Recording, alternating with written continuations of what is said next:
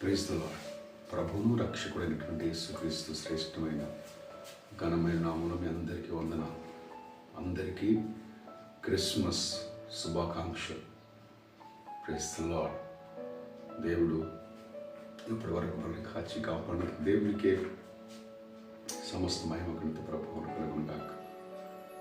దేవుని యొక్క వాగ్దానం లూకా సువార్త 2వ అధ్యాయం 11వ వచనం.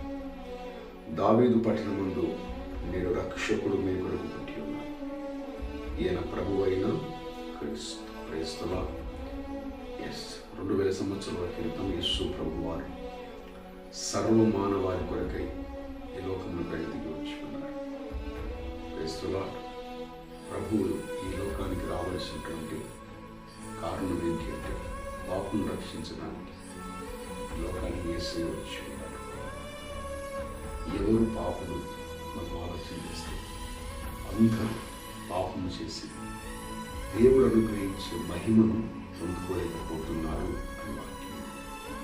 కుల మత జాతి వర్ణ వర్గ భేదం లేకుండా అందరూ జన్మ కర్మ పాపాల మిళితమైన మనుషులై ఉన్నారు. మనిషిని జన్మ పాపము తర్వాత పుట్టిన తర్వాత కర్మ పాపము వెంటాడుతుంది. యేసు ప్రభువారు ఆ పాపం నుండి విడిపించడానికి ఈ లోకానికి వచ్చారు. లోకంలో పరిశుద్ధులంటూ ఎవరు లేరు.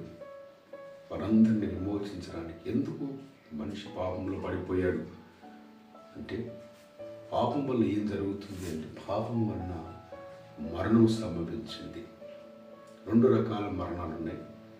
ఒకటి మనందరికీ కలిగేటువంటి శారీరక మరణము, రెండవది ఆత్మీయ మరణం. అంటే శరీరం చనిపోతుంది, సమాధి చేయబడుతుంది, కానీ ఆత్మ ఎల్లప్పుడూ నివసిస్తుంది. అయితే ఈ పాపం ఏం చేస్తుందంటే ఆత్మీయత ఆత్మను కూడా అది నిత్య నరకాగ్నికి తీసుకుని వెళుతుంది. అక్కడ అగ్ని ఆరదు, పురుగు చావు, నిత్యము బగబగ మండే మంటలు. అయితే ఆ నిత్య మరణం నుండి తప్పించడానికి యేసయ్య ఈ లోకానికి వచ్చి ఉన్నారు. ఆ నిత్య నరకాగ్ని నుండి లేక ఆ నిత్య మరణం నుండి తప్పించడానికి యేసయ్య ఈ లోకానికి వచ్చి ఉన్నారు. నువ్వు చేయవలసింది ఒకటి, యేసు ప్రభుని సొంత రక్షకునిగా నువ్వు అంగీకరిస్తే చాలు. ఆ నిత్య నరకాగ్ని నుంచి నువ్వు విడిపించబడతావు. ఎందుకు ప్రభు వారు చనిపోవలసి వచ్చింది? ఆయన సర్వమానవారి కొరకై తన ప్రాణం నడిపించుకున్నారు. ఆయన మరణించడానికే లోకానికి వచ్చారు. పాపం వల్ల వచ్చే జీతం మరణము అని చెప్పారు కదా. ఆ మరణం నుండి తప్పించబడాలంటే ఆ వ్యక్తి కొరకు ఇంకొక వ్యక్తి చనిపోవాలి. ఇంతకు మునుపు గొర్రెలను మేకలను బలిచ్చేవారు. మనుషులు పాపములు వాటి మీద మోపి వారికి బదులుగా వాటిని బలిచ్చేవారు.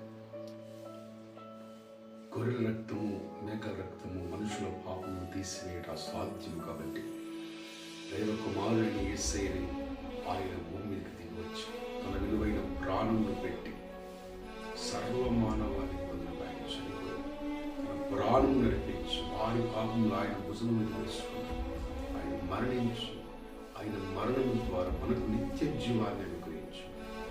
Praise the lord. అందుకే దూత అంటుంది, భయపడకుడి, ప్రజలందరికీ కలగబోవు మహా సంతోషకరమైన సువార్త. Praise the lord. ఈ ఒక్క వ్యక్తికి లేదా ఒక వర్గానికి సంబంధించినటువంటి సువార్త కాదండి. ఇది సర్వ ప్రజలకు, సకల ప్రజలకు దేవుడిచ్చినటువంటి, మిమ్మల్ని నిర్మించిన నిర్మాణకర్త, మిమ్మల్ని సృష్టించిన సృష్టికర్త ఇచ్చినటువంటి గొప్ప శుభవార్త.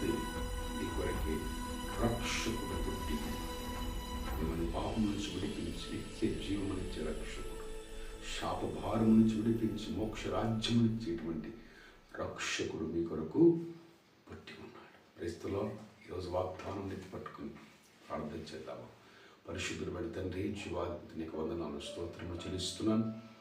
యాను గొప్ప దేవుడవు ప్రభువా. ఇదిగో తండ్రి, మీరు ఇచ్చిన వాగ్దానం బట్టి మీకు వందనాలు. అవును తండ్రి, మీరు మా కొరకై ఈ లోకంలోనికి వచ్చి ఉన్నారు. మీకు వందనాలు. మా పాపం నుంచి విడిపించడానికి, శాప భారం నుండి విడిపించడానికి మీరు మా కొరకు ఈ లోకానికి వచ్చి ఉన్నందుకు నీకు వందనములు, స్తోత్రములు చెల్లిస్తున్నాను.